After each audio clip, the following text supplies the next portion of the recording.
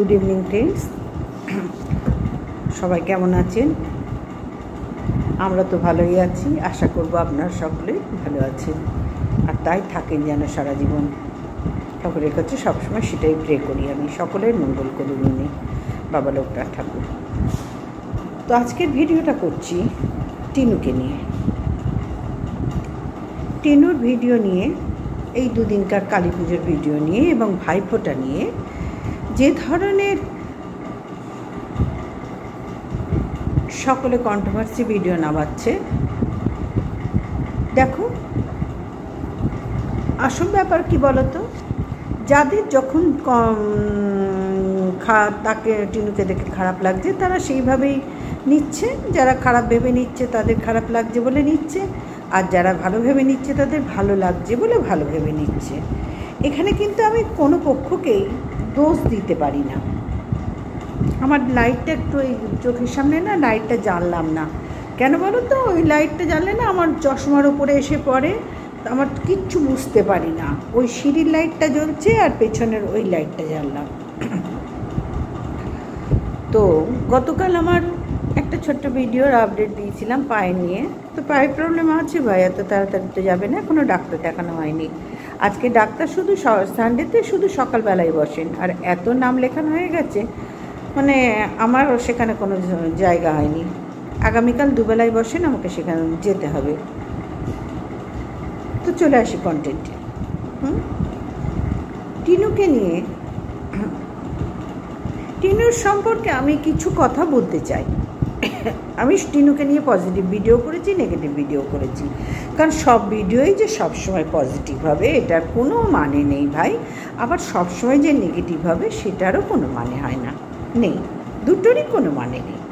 এবার তোমরা বলতেই পারো তাহলে তো আপনি টিনুকে ভালোবাসেন অথচ ভালোবাসেন না। ভাই, ওয়াইটি সোশ্যাল মিডিয়া এমন একটা জায়গা না, এখানে নিজেকে ছাড়া কেউ কাউকে আমরা ভালোবাসতে পারি না ভাই। সবাই মৌখিকভাবে বলতে পারি সবাই সবাইকে ভালোবাসি, কিন্তু ভালোবাসতে গেলে দেখো, আমি তোমাকে ভালোবাসি, এবার তোমাকে ভালোবাসি বলে তোমার খারাপ কিছু দেখলেও যে আমি ভালোই বাসবো, এই ভালোবাসা মনে হয় কোনো মূল্য হয় না, তাই না?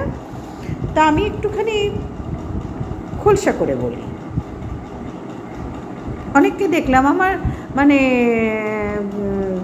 যারা কন্ট্রোভার্সি ক্রিয়েটার, তাদেরকে আমার খুব ভালো লাগে। তারা প্রত্যেকেই আমার থেকে অনেকটা কন্ট্রোভার্সি জোনে বড়, বয়সে ছোট, কন্ট্রোভার্সি জোনে বড়, তারা প্রত্যেকেই ভালো বলে। সুবক্তা ভেবেও না যে সুকে বলছি, সুবক্তা মানে তারা প্রত্যেকেই খুব সুন্দর বলতে পারে, কন্ট্রোভার্সি করতে পারে। আমার আসল কথা হচ্ছে আমার প্রত্যেককেই ভালো লাগে। কিন্তু ভালো লাগার অর্থই যে তারা সবসময় তাদেরকে ভালো লাগবে বা তাদেরও আমাকে ভালো লাগবে বা যাকে নিয়ে কন্টেন্ট করছি তাদেরকে ভালো লাগবে, এটা কখনো কোথাও হয় না ভাই। নিজের সন্তানদেরও বাবা মাকে, মানে নিজেদের যারা আমরা একদম নিজেদের, তাদেরও কিন্তু সবসময় নিজেদেরকে ভালো লাগে না, জানো তো? ভালো লাগে না, যখন খটোমটো ব্যাপার চলে না তখন বিরক্ত লাগে। বোঝাতে পারছি? আমার মুখটা মনে হয় তোমরা দেখতে পাচ্ছ না, এইভাবে বসলে কি দেখতে পাবে? তাহলে আমি লাইটটা জ্বালি, হ্যাঁ, একটু লাইটটা জ্বালছি।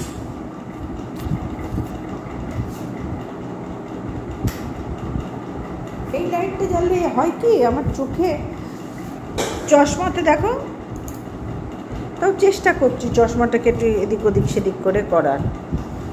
তো টিনুকে ভালোবাসি, টিনুকে পজিটিভ ভিডিও করতাম আগে, এবং নেগেটিভ ভিডিও করেছি। আমার কাছে ভাই ব্যাপারটা হচ্ছে, আমি যদি টিনুর কিছু খারাপ দেখি তা আমি তো বলবোই।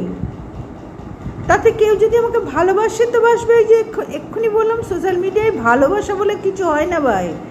হ্যাঁ, বন্ধু বলে একটা ওপর ছাপ পড়ে থাকে, ভালোবাসা খুব একটা এখানে আমি কাউকে দেখি না, না দেখাটাই ভালো। ভালোবাসা খুব একটা মূল্য এখানে কেউ কাউকে দেওয়া সম্ভব নয়। হ্যাঁ, শ্রদ্ধা ভক্তি করি, সম্মান জানাই, অবশ্যই অবশ্যই তাদের কাজের ওপরে নির্ভর করে। তাদের কাজের কাছে আমি অনেক ছোট ভাই, বয়সে বড় হলেও কাজের কাছে অনেক অনেক ছোট। দেখো, যার যা যোগ্যতা তাকে সেই জায়গায় আমি ভালোবাসি, সম্মান দিই। কিন্তু এই যে টিনুর কালী পুজোয় প্যান্ডেল দেখে, কালী ঠাকুর দেখে যে আনন্দ উচ্ছ্বাস, এই উচ্ছ্বাসটা কিন্তু টিনুর আজকে নতুন নয়, নতুন নয়। যখন বাতকুল্লার থেকে চলে এলো, তারপরে ওর লাইফটা যেভাবে আমরা সবাই জানি কি হয়েছে না হয়েছে সবাই জানি, এবং টিনু এক বাচ্চার মা, এবং দুখানা তার বিয়ে হয়েছে। তো সেই মহিলা নিশ্চয়ই বাচ্চা হতে পারে না? তার বাচ্চা 5 বছরে পড়ে গেল, তার ঠাম্মি তাকে ভাইফোঁটা দিল, হ্যাঁ, বাচ্চা হতে পারে না? সুতরাং সে আগাগোড়াই এরম আদো আদো কথা, ছেলে মানুষই ব্যাপার, অকারণে হই হুল্লোড় করে। যেখানে ওর পাশে বৌদি আছে, সেও তো ছোট না, সেও তো খুব একটা বড় নয়, টিনুর ঠাকুমার বয়সী, ঠাম্মির বয়সী তো নয়, এবং তার একটা পিসিও আছে, সেও নিশ্চয়ই টিনুর ঠাম্মির বয়সী নয়। তাহলে টিনুর তো এদের থেকে শেখা উচিত যে কিভাবে কোথায় চলতে হয়, তাই না? তো সেখানে দাঁড়িয়ে টিনুর এই অকারণে উচ্ছ্বাস, এবং ওই অকারণে উচ্ছ্বাস বললেই মনে ভালো হলো, অকারণে উচ্ছ্বাস খুব একটা সুইটেবল নয়, কারোর কাছেই ভালো লাগে না ভাই। আমার ছেলেও যদি কোথাও অকারণে উচ্ছ্বাস করে, বা আমিও যদি কোনো জায়গায় অকারণে উচ্ছ্বাস করি, মনে হয় আমরা দুজনকে বলতেই পারি যে এটা কি করছো, বা এটা কি করছিলি, এটা বলা উচিত। একটা মানুষ হয়ে প্রতিবাদও করতে শিখতে হয়। হ্যাঁ, শুধু ভালোবাসি ভাই, এরম অন্ধ ভালোবাসা আজ পর্যন্ত পৃথিবীতে কোথাও দেখেছো? আমার তো মনে হয় অন্ধ ভালোবাসা ভালো নয়, তার কোনো মূল্যই নেই এ ধরনের ভালোবাসা। এই ধরনের আমি ন্যাকামি বলি, পরিষ্কার বলছি, এটা টিনুর ন্যাকামি, আগাগোড়া টিনু এরম ন্যাকামি করে, এবং মার সম্পূর্ণ এখানে সাপোর্ট আছে, এবং মামে দুজনেই বিবাহিত, সন্তান আছে, অথচ মাথায় সিঁদুর নেই, হাতে শাঁখা নেই। হ্যাঁ, টিনুর তো কেসটা আমরা সবাই জানি, তিনি মায়ের কেসটা। হ্যাঁ, ভক্তিবাবু কোথায় গেলেন? তার তো আর কোনো টিকি দেখা যাচ্ছে না তাদের ভিডিওতে। বাড়িতে লক্ষ্মী পুজো হয়ে গেল, ওনারা গুরুজন, বাড়ির মাথা, বলে না মাথার ওপর বট গাছ, যেমন আমার ছেলের আর আমার মাথার ওপরে আমার স্বামী, হাজব্যান্ড, বট গাছের মতন আমাদের রাখলে আছে। তাহলে টিনুর মাকে, টিনুর মানে মায়ের পরিবারটা, ভক্তিবাবু তো বট গাছ, আর ভক্তিবাবুর মাথার উপরে ওর ঠাম্মি বট গাছের মতো। কপাল ভালো যে এখনো ঠাম্মিকে কাছে পাচ্ছে।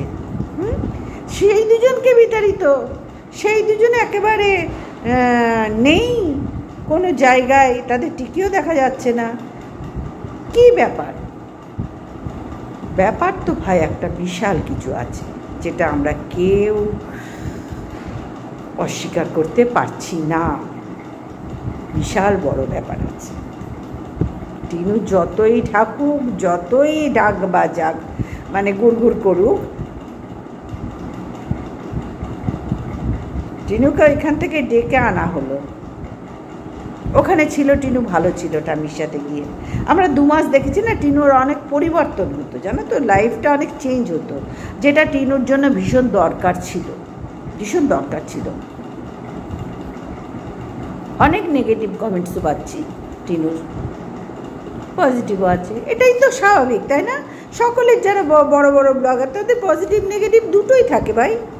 আমি আজকে ক্রিম দিইনি বলে এগুলো সাদা সাদা লাগছে ভাই, ওই যে বললাম শরীরটা ভালো নেই, যার জন্য আমার একটু অসুবিধা হচ্ছে, কিছুই ভাল লাগছে না।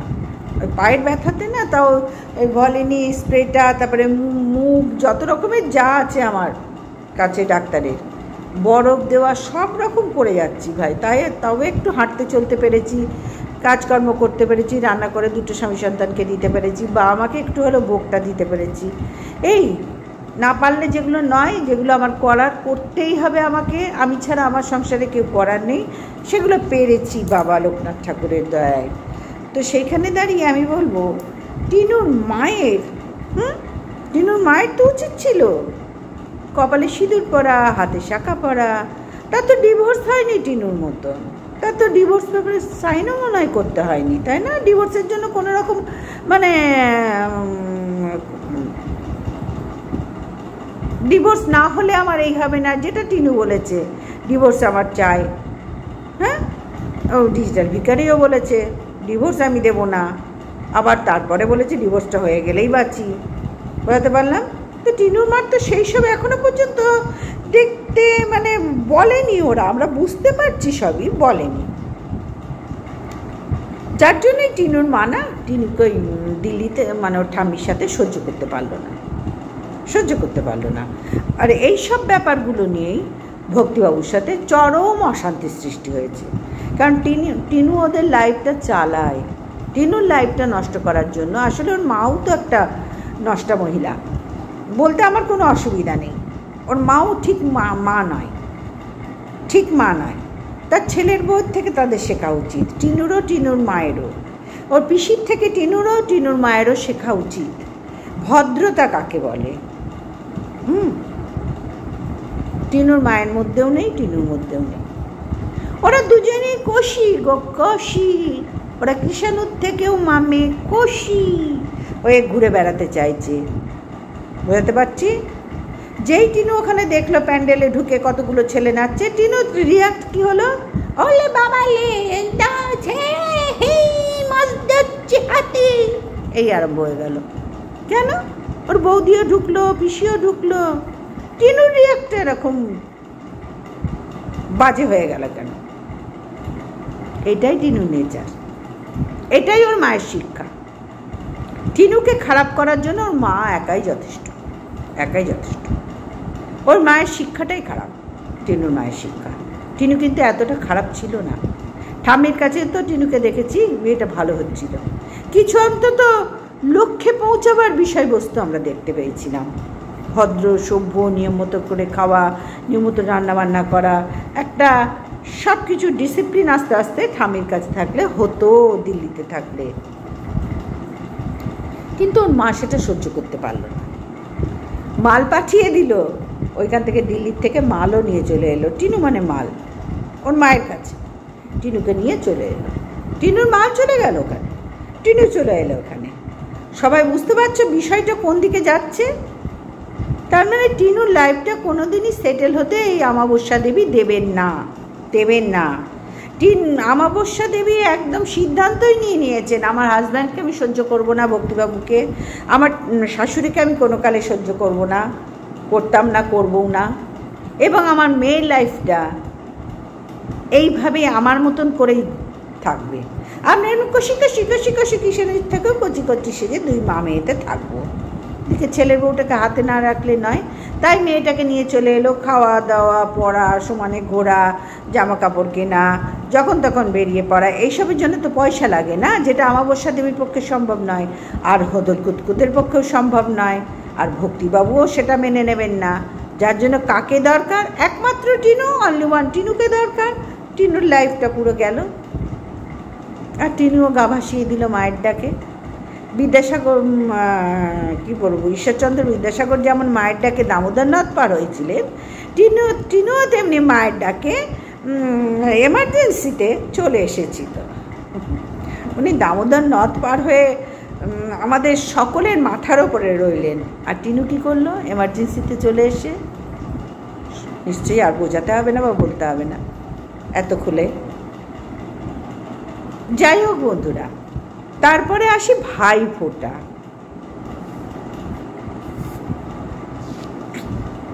টিনুকে রান্না করতে দিয়ে ওর মা আর বৌদি এই কদিন ঘুরেছে ফিরেছে, আনন্দ হই নৃত্য টিত্য করেছে, তো কাচাকুচি অনেক করেছে। মা আর বৌদি কাছতে চলে গেল এবং রান্নাবান্না টিনু করলো। এটা হতেই পারে, এটা নিয়ে আমি কোনো কথা বলবো না। বাড়িতে দুটো তিনটে মহিলা যখন আছে, ভাগাভাগি করে কাজ করলে কাউরিরই খুব একটা গায়ে লাগে না, প্লাস কাজগুলো তাড়াতাড়ি হয়, সময়ের মধ্যে হয়ে যায়, এটা তো ঠিকই আছে। কিন্তু ভাইফোঁটা দেওয়ার সময় ওই যে তোমাদের বললাম টিনু আগা গোড়াইয়ে এরকম আদিক্ষেতা করে। ও কৃষাণুর থেকেও নিজেকে ছোট মনে করে, দেখো আমি যদি আমাকে আমার ছেলের চেয়েও ছোট মনে করি, এখানে আমার ছেলে বা ছেলের বাবা কিছু করতে পারবে? হ্যাঁ, ক্যামেরা খুলে অন করে আমি যদি আমার ছেলের থেকেও নিজেকে ছোট মনে করি, ছোট সেজে ঘুরে বেড়াই, কেউ কিছু করতে পারবে? তোমরা কমেন্টস করবে, আমাকে নেগেটিভ কমেন্টস করতে পারো, এর বাইরে তো তোমরা আমাকে শুধরাতে পারবে না। ঠিক টিনুর বেলাতেও তাই হচ্ছে ভাই। মেয়েটার কপালটা প্রথমে দিতে পারেনি, ভাইপোটা দিতে আসতো না, দিতে দেয়নি। হ্যাঁ, সেখানটাও একেবারে অস্বীকার করতে আমি পারবো না। 5 বছর সংসার করেছে, সেখানে ভাইপোটা দিতে পারিনি। তো 7 বছর কেন ভাইপোটা দিতে পারলো না? 5 বছর সংসার ভেঙে গেল, তা আর 2 বছর কী করলো টিনু? কী করলো? ভাইপোটা দিল না কেন দিল না? সেখানে তো কোশ্চেন থেকেই যায়, তাই না? হ্যাঁ, অবশ্যই ওখানে ভাইপোটা দিতে আসতে দিত না, অবজেকশন ছিল, সেটাও আবার একেবারে অস্বীকার করার কোনো জায়গা আমি খুঁজে পাচ্ছি না। বললাম যে আমি যখন যেটা বলবো, যা দেখবো আমি তাই বলবো। কি ডিজিটাল ভিখারিকে নিয়ে, কি টিনুদের নিয়ে, এবং আমাবস্যা দেবীকে নিয়ে। এখানে আমার কাউকে চাটাচাটির কোনো প্রয়োজন মনে করি না, আমি নিজে যা দেখব আমার ভিডিওতে আমি পরিষ্কারভাবে সেটা বলতেই অভ্যস্ত, এবং নিজেকে সেই জায়গায় রাখার চেষ্টা আমি আগাগোড়া করেছি এবং করব। সুতরাং বন্ধুরা, এই ভাইফোঁটার আধিক্যতা কেন দেয়নি? 2 বছর কেন দেয়নি? 5 বছর দিত না, ঠিক আছে, মেনে নিলাম। ভাইফোঁটাতে আসতে দিত না, জামাই ষষ্ঠীতে আসতে দিত না, শুনেছি টিনুর মা ভালো ব্যবহার করেনি, সেটাও আবার ডিজিটাল ভিখারি বলেছে। এগুলো হতেই পারে, আমি 5 বছরটা ছেড়ে দিলাম। এই 2 বছর টিনু কী করলো, সেই 5 বছরটা ওদের লাইফটা আগে বলেছি সবটা নিয়ে। এখন ইদানিং ভেরি রিসেন্ট যা চলছে সেইটা নিয়েই তো বলতে বসেছি, তাই না? আগেরটা তো হয়ে গেছে পুরনো ভিডিওতে। 2 বছর কেন ভাইফোঁটা দিল না? কে আটকেছিল ওকে? তো যাই হোক, টিনু একটু আধিক্যতা আগাগোড়াই করে। আর ভক্তিবাবু কেন আসছেন না? ঠাম্মির কেন কোনো ঠিকানা নেই? ভক্তিবাবুর ঠিকানা নেই, ঠাম্মির কাছে টিনুকে পাঠানো হলো না, আর হয়তো কোনো দিন পাঠাবেও না। কেন? অমাবস্যা দেবী পাঠাতেই পারবেন না, ওনার লীলা চালা চলবে না। হ্যাঁ, সোনাকে নিয়ে, সোনার বউকে দাসী বানিয়ে রেখেছে। অবশ্য এখন টিনুয়ার সাথে সবাই মিলে কাজ করছে গুঁতো খাওয়াতে। কারণ টিনু জানে আমরা সবাই টিনুকে ভালোবাসতাম, কিন্তু আবার ডিজিটাল ভিখারিও জানে যে তাকে অনেকেই ভালোবাসতো। কিন্তু এই যে বললাম, তারাও বলেছে, আমিও বলতে বাধ্য হচ্ছি, ভাই ভালোবাসাবাসির কোনো ব্যাপার নেই। আর সে ভালোবাসাবাসি বাঁড় মেয়ে যায়, যা দেখবো তাই বলবো। ভালোবাসাবাসি কাটা হয়ে গেছে। কারণ ভালোবাসলে সেখানে ডিজিটাল ভিখারি যেভাবে তাদেরকে অপমান করেছে, টিনু অপমান করেনি, কিন্তু টিনু সম্মানও জানায়নি। অপমান করেনি ডিজিটাল ভিখারির মতন কাউকে, কিন্তু টিনু সম্মানও খুব একটা জানায়নি। কারণ যেগুলো আমরা বারণ করছি সেগুলোই টিনু বেশি করে করছে। টিনুকে এই কারণেই আমি একটু হলেও ভালোবাসি এখনো পর্যন্ত। আবার বলছি, ভালোবাসাবাসি সেই রকম লেভেলে নেই, আমার সন্তান সম, সেই চোখে আমি দেখি। কিন্তু সন্তান অন্যায় করলে সন্তানের যে দোষগুলো, সেগুলো তো তুলে ধরা মায়েদের কর্তব্য, তাই না? যেটা আমাবস্যা দেবী কোনো দিনই পারলেন না। আমরা তো আছি পারার জন্য, আমরা তো কন্ট্রোভার্সি ক্রিয়েটার, আমরা অনেকেই আছি। টিনুর থেকে বড় ও আমাদের সন্তান সম, তারা তুলে ধরছি, তারাই তুলে ধরবো। তাতে কার কি ভালো লাগলো, কার কি মন্দ লাগলো তাদের ব্যাপার, কিন্তু যা দেখবো সেটা তো আমাদের বলতেই হবে ভাই। হ্যাঁ, সুতরাং বন্ধুরা, আজকে ভিডিওটা আমি এই পর্যন্তই রাখলাম। ভাইফোঁটায় বড় দাদাকে মাথায় কেউ আশীর্বাদ করে না, টিনু প্রথমে করেছিল, তারপরে শ্রীচরণ বাড়িয়ে দিল, ওই হদল কুতকুত তখন প্রণাম করলো। এখানে আমাবস্যা দেবী তো পাশে বসেছিলেন। হ্যাঁ, মাথায় ধান দুব্বা দেয়, সেই হিসেবে ধান দুব্বাটা দিয়েছে, একটু চিরুনি দিতে হয়, একটু তেল দিতে হয়, এগুলো মাথায় দিতে হয়। আবার হদল কুতকুত পায়ে পা বাড়িয়ে দিয়েছেন, করেছে, এটুকু ঠিক পর্যন্ত আছে। আমি ভাবছিলাম আশীর্বাদ করছে, তারপর দেখলাম না, আমার ভুল হচ্ছে। ধান দুব্বা দিয়েছে, আর ওদের তেল দেওয়া আছে কিনা জানি না, চিরুনি দেওয়া আছে, এগুলো আমাদের মধ্যে ছিল। তো যাই হোক, ভাইফোঁটাটা মোটামুটি খারাপ লাগলো না, ঠিকঠাকই আছে, আর কি বলবো বলো, খারাপ লাগেনি। এবার যার খারাপ লেগেছে সে নিশ্চয়ই তার এই নিয়ে বলবে, অবশ্যই বলবে, তার অধিকার আছে বলার। আবার যার ভালো লেগেছে সে অবশ্যই বলবে, তারও অধিকার আছে বলার। আমার কিন্তু মোটামুটি লেগেছে ভাই, মোটামুটি লেগেছে, কারণ ভাইফোঁটা এরকমই হয়। তো চলো সবাই ভালো থেকো, সুস্থ থেকো। আজকের মতন আসলাম, good night, tata. Good evening বন্ধুরা, এখন 9টা বাজে। একটুখানি বসলাম, রান্নাবান্না করে এসে একটু পরোটা করলাম, আর তরকারি করাই ছিল। শনিবার তো আমরা নিরামিষ খাই, ছেলে ছিল তো ছেলে একটু মিষ্টি এনে দিয়ে চলে গেল আবার দোকানে। তা আমি একটু বাইরের ঘরটা এসে পাখা চালিয়ে বসলাম। গরম আছে, যাই বলো তাই বলো, ভালো গরম লাগে। আর আমার এই বাড়িটায় না বেশ ঠান্ডা ঠান্ডা একটা ভাব আছে। চারিদিকে বাড়ি, আর মধ্যেখানে আমাদের বাড়িটা গাছপালা ভর্তি। আগে তো আরও গাছ ছিল, যাই হোক আমার বাড়ির থেকে আমি গাছ সব সরিয়ে দিয়েছি, অনেক দিয়ে দিয়েছি। এক দিদিভাইকে দিয়ে দিয়েছি, তাই তিনিও খুব কী বলবো গাছপ্রেমী, আমার হাজব্যান্ডের মতোই। তো তাকে দিয়ে দিয়েছি, আমার আর করার ক্ষমতা নেই ভাই, এত আমার আর এনার্জিও নেই। আর ইদানিং না আমি বড্ড বেশি ভুগছি বন্ধুরা। এই কিছুদিন আগে বমি হলো, অসম্ভব পেট ব্যথা, বুক ব্যথা হয়ে বমি হলো, হসপিটালে ভর্তি হলাম। তারপর আবার জ্বর হলো। 3 দিন তো আমি স্নান না করেই বিছানায় পড়েছিলাম। ভাবো আমার পরিস্থিতি, মানে আমি ওঠার কোনো ক্ষমতা ছিল না। তারপর বৃহস্পতিবার বিকাল থেকে উঠে যে একটু করছিলাম, আজকে আবার একটু, আমার যেহেতু মেয়ের নেই, 2 দিন 3 দিন অন্তর অন্তর ঘর মুছি, কারণ এখানে তো ধুলো খুব একটা আসে না, খুব একটা রাস্তার থেকে একটু ভেতরে তো ধুলো খুব একটা হয় না। আর যার জন্যে আমার ঘর ঝাড় দিলেই হয়ে যায়, পরিষ্কার চকচকে থাকে। আর নিজের হাতে মুছি তো, কাজের লোকে 7 দিন যা মুছবে আমি একদিনে তাই মুছবো, অনেকটা সময় নিয়ে ঝাড় দিয়ে মুছি, সারাদিনে একবারই। ওই যে বললাম রোজ মুছি না, তো এই মুছতে গিয়ে হঠাৎ কলতলায় মোছা শেষের মুহূর্তে ওই ডান্ডাটা ধুয়ে, এখন তো সবাই ডান্ডা দিয়ে মুছে, আমারও তাই, তো মুছে টুছে ডান্ডাটা ধুয়ে রাখতে যাবো, হঠাৎ হড়কেও যায়নি, হড়কানো আর পিছলানো তো একই কথা, হড়কেও যায়নি, কিচ্ছু হয়নি, হঠাৎ ধুম করে পড়ে গেলাম। মানে একদম উল্টে পড়তাম, সেখানে হাঁটুর ওপরে ভর দিয়ে শুয়ে পুরো পড়েই গেছি, একদম শুয়ে পড়েছি।